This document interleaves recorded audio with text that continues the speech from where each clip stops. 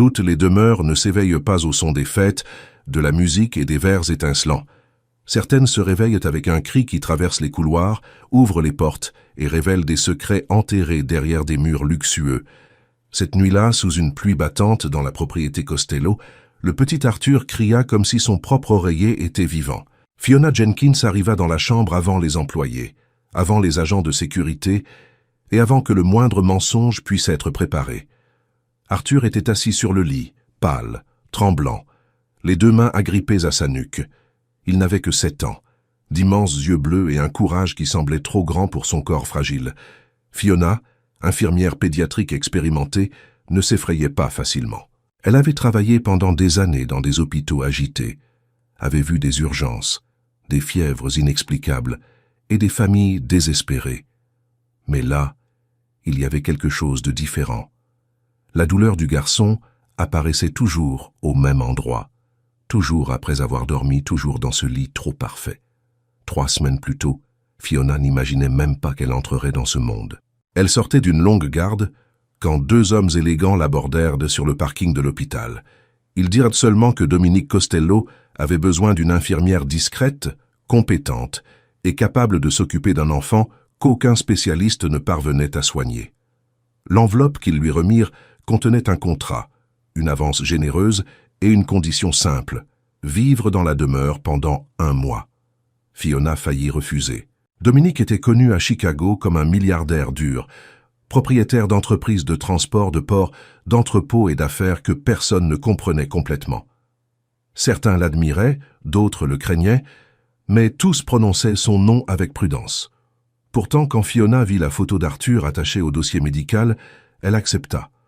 Le lendemain, elle franchit les hauts portails de la propriété à Highland Park. La maison ressemblait à un palais de pierre, avec d'immenses fenêtres, un sol en marbre et un silence d'église fermé. Dominique la reçut dans son bureau, vêtu de noir, grand, sérieux, avec une présence qui occupait toute la pièce. Mais ce ne fut pas la richesse que Fiona remarqua, ce fut la fatigue dans ses yeux. « Mademoiselle Jenkins, mon fils ne dort pas correctement depuis des mois, dit-il.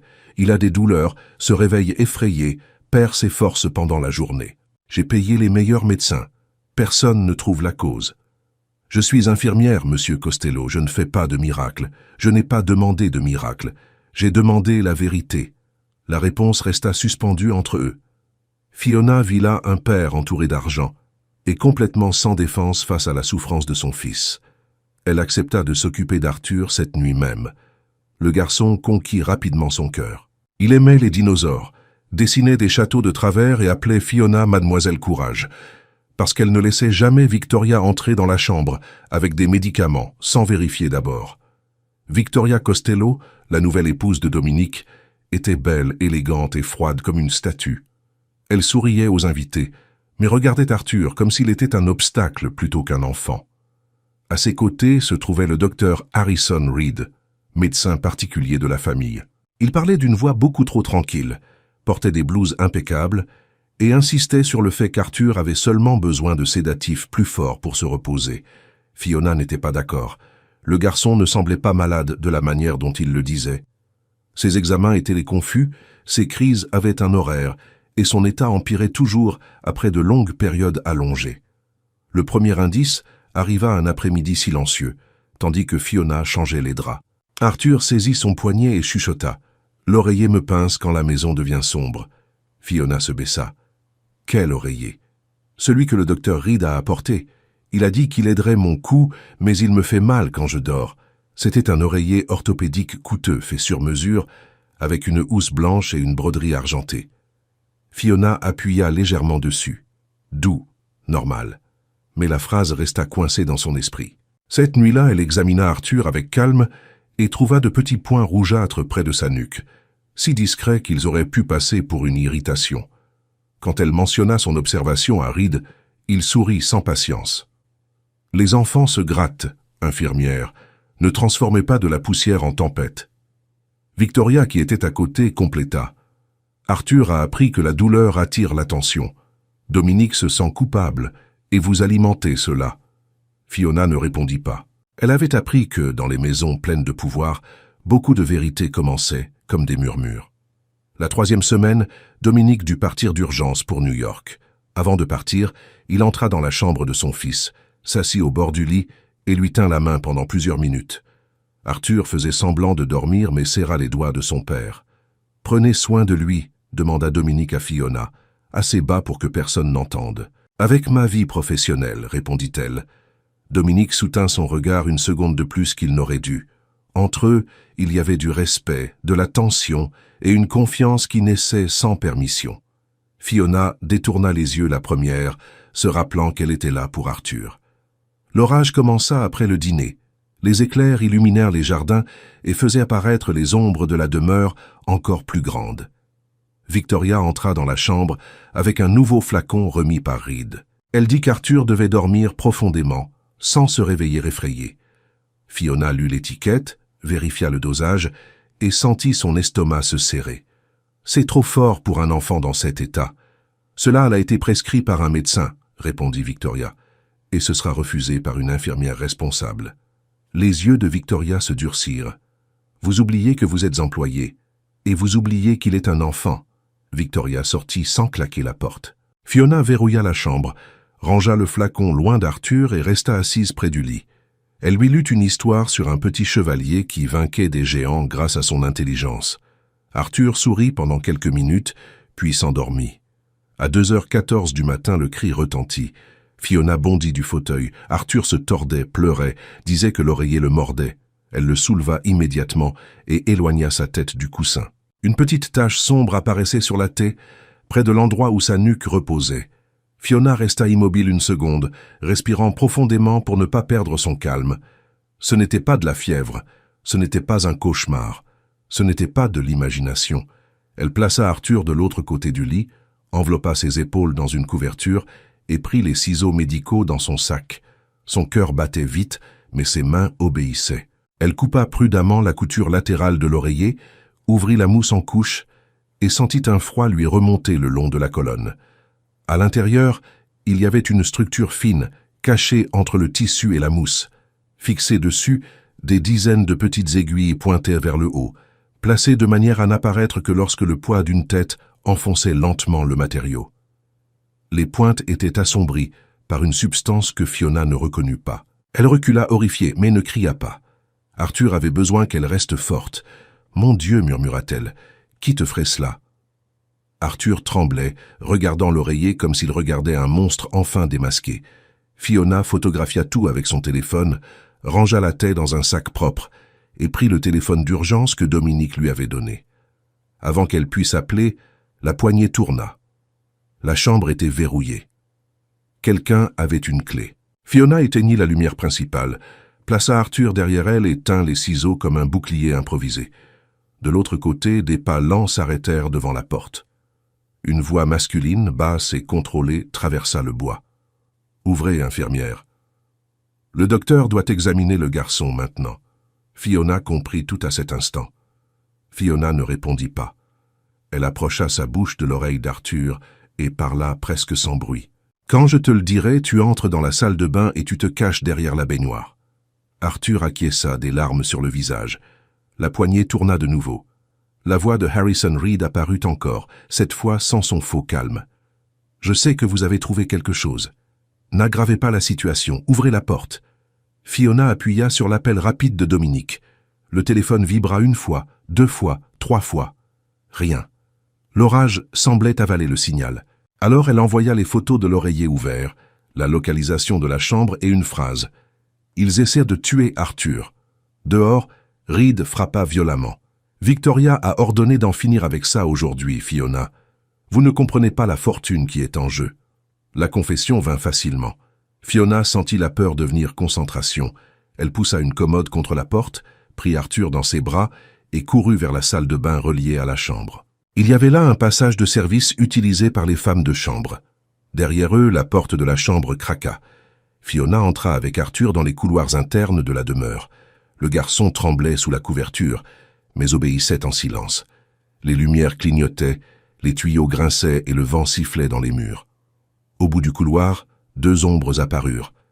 Fiona se baissa derrière une armoire, serrant Arthur contre sa poitrine. Victoria passait accompagnée d'un agent de sécurité. Reed a tout gâché, dit Victoria. Il aurait dû augmenter les médicaments avant. Si Dominique revient et trouve cet oreiller, nous sommes perdus. L'agent de sécurité demanda « Et l'infirmière ?» Victoria attendit une seconde avant de répondre. Elle aura un accident en essayant de fuir avec le garçon. Arthur se raidit dans les bras de Fiona. Elle couvrit sa bouche avec douceur, seulement pour lui rappeler de respirer lentement. Quand les pas s'éloignèrent, Fiona suivit le couloir opposé et descendit 2 étages. Dans la cuisine, elle trouva l'endroit vide. La porte arrière avait une alarme, et Fiona savait que si elle l'ouvrait, elle alerterait toute la sécurité compromise. Elle chercha une autre option et vit l'entrée de la cave. Elle se souvint du plan d'urgence. Le sous-sol menait à la cave à vin, où il y avait une ancienne ligne téléphonique. Elle descendit. Le sous-sol sentait le bois humide et la pierre froide. Fiona verrouilla la porte derrière elle et traversa les étagères jusqu'à trouver la cave à vin. Elle était protégée par une porte épaisse en métal, avec une serrure intérieure. Elle entra, installa Arthur sur des caisses en bois et examina sa nuque. Il y avait des points discrets. La peau autour était irritée, et le garçon semblait de plus en plus faible. Fiona nettoya la zone, posa un léger pansement et vérifia son pouls, sa respiration et sa température. Elle ne pouvait pas savoir exactement quelle substance se trouvait sur les aiguilles, mais elle pouvait empêcher Arthur d'empirer. Elle ouvrit son sac médical, prépara une hydratation et maintint le garçon éveillé en lui posant des questions simples. « Quel est ton dinosaure préféré ?»« Tyrannosaure », murmura Arthur. « Très bien. Et quel est le nom du petit chevalier de l'histoire ?»« Thomas. » C'est ça. Thomas n'abandonne jamais avant le dernier chapitre. Le téléphone ancien fixé au mur grésilla quand Fiona décrocha le combiné. Elle composa de nouveau le numéro de Dominique. Cette fois, l'appel aboutit. « Fiona ?»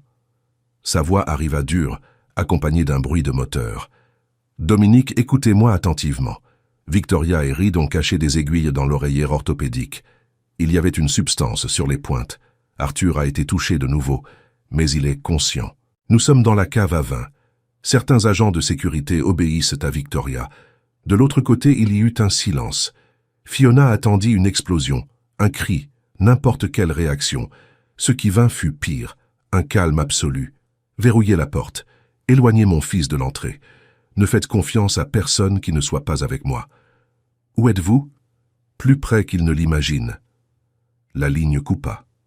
Fiona reposa le combiné et traîna une lourde étagère pour bloquer la porte. Arthur la regarda essayant de paraître courageux. « Papa est fâché. » Fiona respira profondément. « Ton père arrive, et c'est une bonne nouvelle. » Quelques minutes plus tard, des coups résonnèrent de l'autre côté de la cave.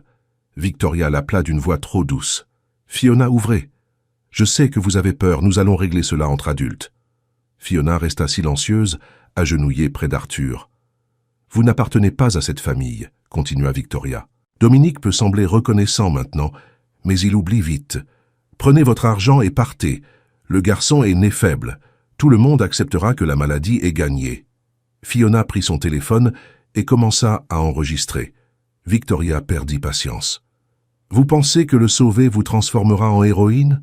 Arthur est la seule chose entre moi et tout ce que Dominique a construit.